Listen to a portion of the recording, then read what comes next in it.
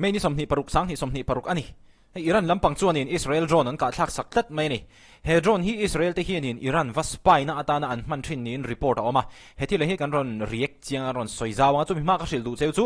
MVM Educational Institution Hnuaiah College sang tan kum sang hi somni paruk sang hi somni pasaritan hian he admission an hong meka helaya akil Noi lampang kila phone number an ron tar so 8638582182 a hianin zukol la zukbiula Mizo na lo chang cheunga just mar channel train kan lo mo te zuktiula and all some takin admission into field heidon ani heng college ate hianin elite health sciences pharmacy course computer IT course management business course paramedical physiotherapy le hospital management te en program ti sang hi azir theya unau mun khata omdu course sang zirdu tan si dong khok mai tin thian za ho mun khatom du course inang lo zir du tan po khanin ati theile zel doni he an campus hi Karnataka Bangalore o mani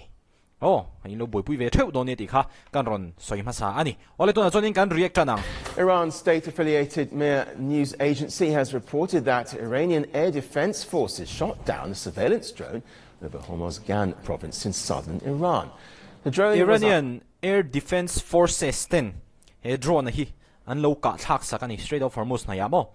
identified as a reconnaissance drone manufactured by the Israeli firm Aeronautics.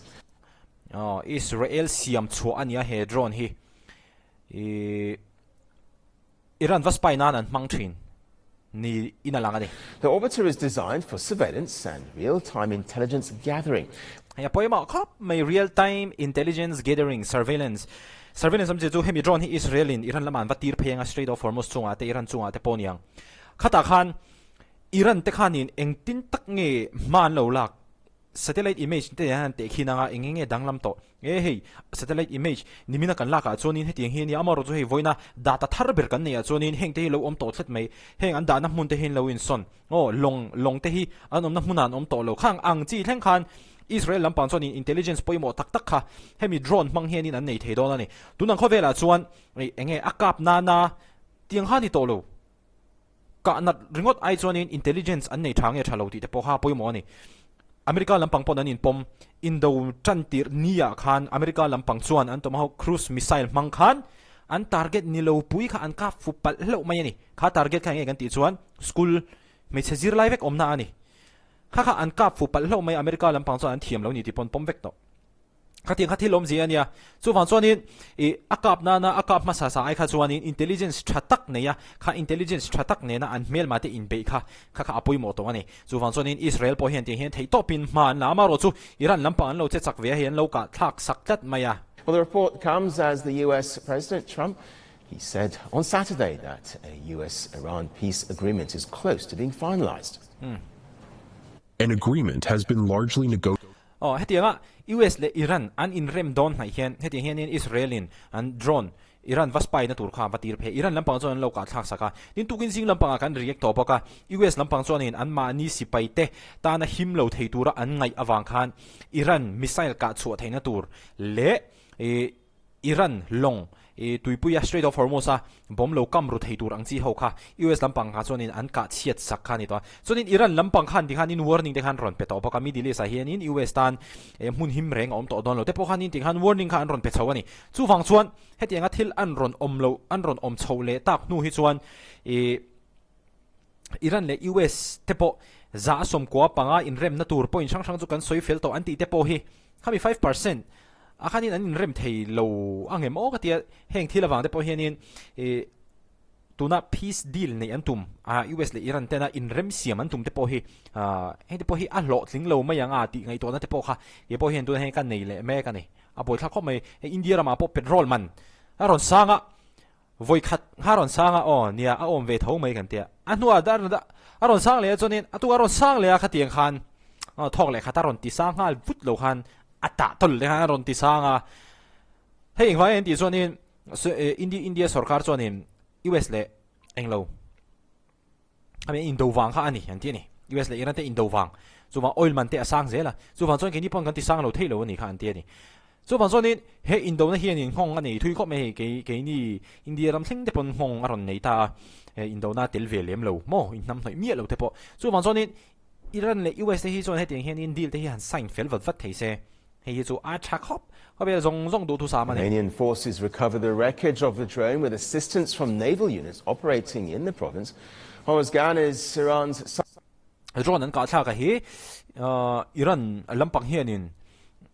an ka thlak nu khanin an valale dei mai ani southernmost province. It sits directly on the Strait of Hormuz, the waterway through which roughly 20% of the world's oil and gas normally passes every day. Iranian military infrastructure in this province includes naval bases, missile positions and Coast Guard operations. Coast Guard operations Donald Trump te chuan in Iran Navy teng an ka pil sak vek to han tia long tam zo ka chunia an ka pil sak vek to pawh ni thema ro chu long te speed sang tak taka hatianga kal thei kha Iran lampang hian an langa ni na lang ani khang mang khan drone an ka thla ka te pawh hi tiang hian in Iran lampang chuan an la hei apoi mo ni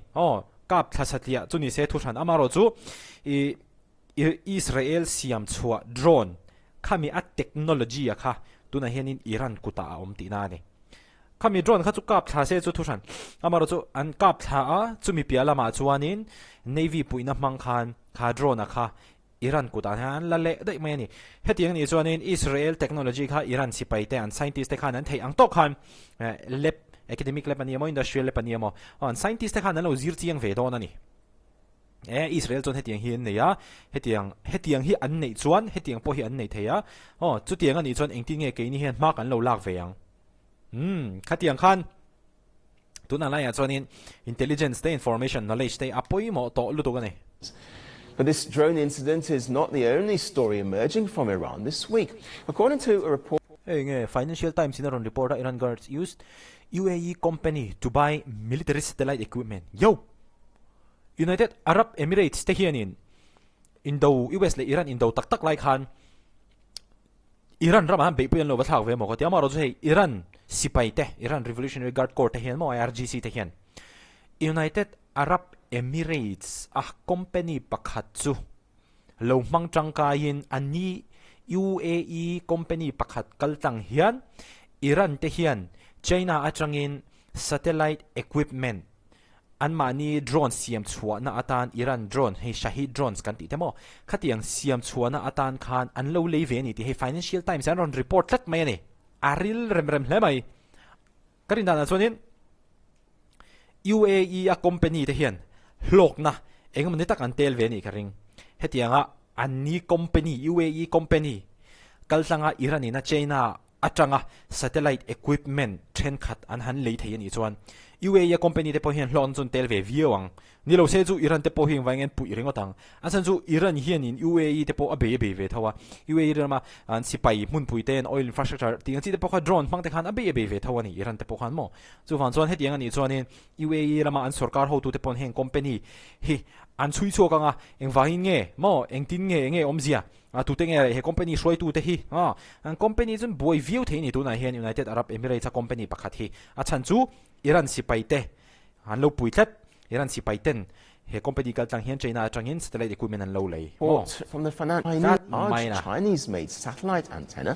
and related communication. Amaro chu China lampang hianin Iran hne na ral thuam kai mai chi reng engma kan supply lawani anti vetlat mai ni mani loka Trump pa China hanzina soya lo khop mai ni ni sam takin an cover ti chuan US chuan in China hi Iran the US in dona in lo mai pia lama Iran tanpui lo turin US and China hi adu ani chu van chuan in he khovel mu a tiang hian in China chuan in khai kan supply reng lo Financial Times thu soi hi hil dik lo ni tiang zon te pokhan an ron soi veang mo khating statement nei te pokhan ron tum veang khovel mu chuan amaro chu kan hriat lo a phena kha nge om kha hriat le to chuang lo ani hetiang hian news te chuan in an du an hriat ang le China Ministry External Ministry khatiang chi vel hoina an puana kha an ron report chong thai ani kha chu politics ani ang pon ron ti ve thei China ram te pon mo amaro chu an lo supply tak lo ti ero kha chu media ina hetiang an ron puan ba ka hi hriat tu ro om chuang lo ani equipment, technology that can improve long-distance military communications and support drone operations. And these were the same drones and missiles Iran then fired at the UAE. The report states that the equipment departed Shanghai in August before arriving. Nikum August khan heng ral thuam te hi China atanga ron lak until so ania 1.8 tons of Chinese made satellite antenna equipment arit tham don hle mai Shanghai atangin Iran an phur tha hi Shanghai atangin Dubai an ran kal pui phata Dubai long chol nam huna chuanin heta tang hianin Iran an pan pui le ani nikum amo